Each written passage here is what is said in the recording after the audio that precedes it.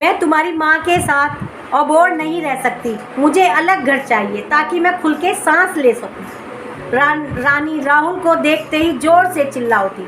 बात बस इतनी सी थी कि रानी की सास ने, सुधा जी ने राहुल और रानी को पार्टी में जाता देख बस इतना ही कहा था कि रात को 10 बजे तक घर वापस आ जाना।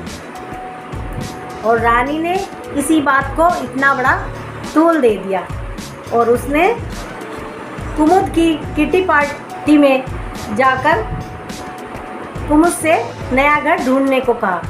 उसने कुमुद से कहा कि मुझे अपनी सास की गुलामी में अब नहीं रहना, मुझे तेरी तरह अलग रहना है ताकि मैं भी तेरी तरह आज़ाद रह सकूं। खुद नर्वस हो गई। कुमुद रानी से 10 साल बड़ी थी। कुमुद ने कहा, मैं भी पहले यही सोचती थी कि मुझे गुलामी में नहीं रहना, और मैं जिसे गुलामी समझ रही थी दरअसल वो आज़ादी थी। वो कैसे? रानी ने पूछा। जब मैं ससुराल में थी दरवाजे पर कौन आया है मुझे मतलब नहीं था, क्योंकि मैं वहाँ की बहू थी। घर में क्या चीज़ है क्या नहीं है इससे भी मैं आज़ाद थी। दोनों बच्चे दादा दादी से हिले थे। मुझे कहीं आने जाने पर पाबंदी नहीं थी, पर कुछ नियमों के साथ जो सही भी थे। पर जवानी के जोश में मैं अपने आगे कोई सीमा रेखा नहीं चाहती थी। तेरी तरह मुझे ये भी पसंद नहीं था कि मेरा पति ऑफिस से जाकर सीधा पहले माँ के पास जाए तो फिर। रानी ने उत्सुकता से कहा। कुमुद ने कहा, मैंने धर्मेंद्र को हर तरह से मना कर दिया और नया घर ले लिया, और फिर मैं दरवाजे की घंटी, मेहरी, बच्चों, धोबी, धर्मेंद्र सबके वक्त की गुलाम हो गई। अपनी मर्जी से मेरे आने जाने पर भी रोक लग गई, क्योंकि कभी बच्चों का होमवर्क कराना होता है तो कभी उनकी तबीयत ख़राब है। हर जगह बच्चों को ले नहीं जा सकते, अकेले भी छोड़ नहीं सकते, तो मजबूरन पार्टियां भी छोड़नी पड़ती हैं। जबकि ससुराल में रहने पर ये सब बंदिशें नहीं थीं। ऊपर से मकान का किराया, फालतू के खर्चे अलग, और फिर धर्मेंद्र भी अब उतने खुश नहीं रहते। रानी की आंखें नम हो गई। रानी ने कहा, फिर आप वापस क्यों नहीं चली गई?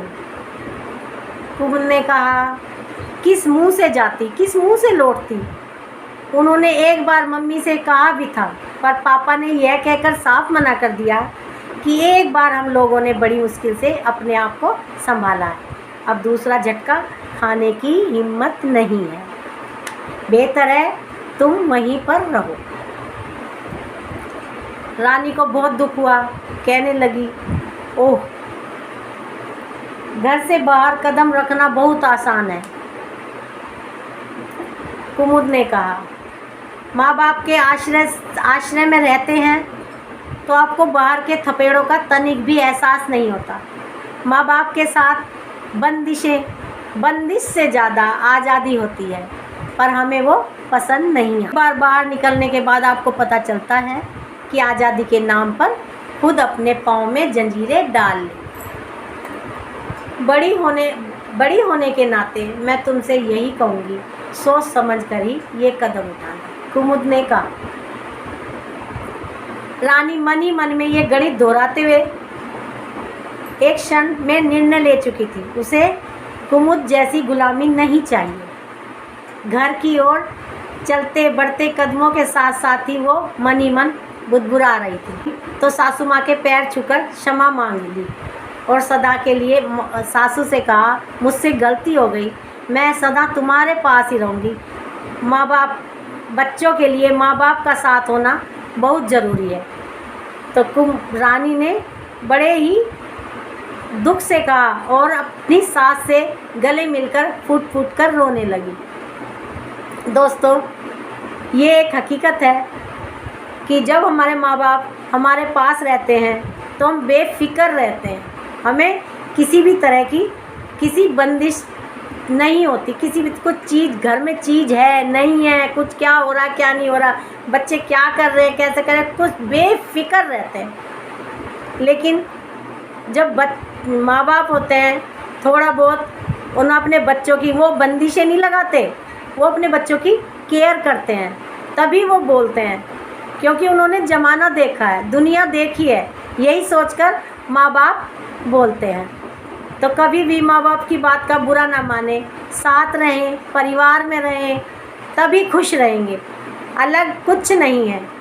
मेरी ये कहानी कैसी लगी? कहानी नहीं है, ये एक हकीकत है जो मेरे जानकार के साथ हुई है।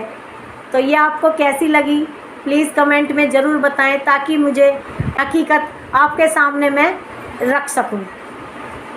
कमेंट करें, तो हो सके तो चैनल को सब्सक्राइब कर लें। यदि आपको ऐसी कहानी चाहिए तो मुझे कमेंट में ज़रूर बताएं, ताकि मुझे और आपके सामने हकीकत रखने का मौका मिले।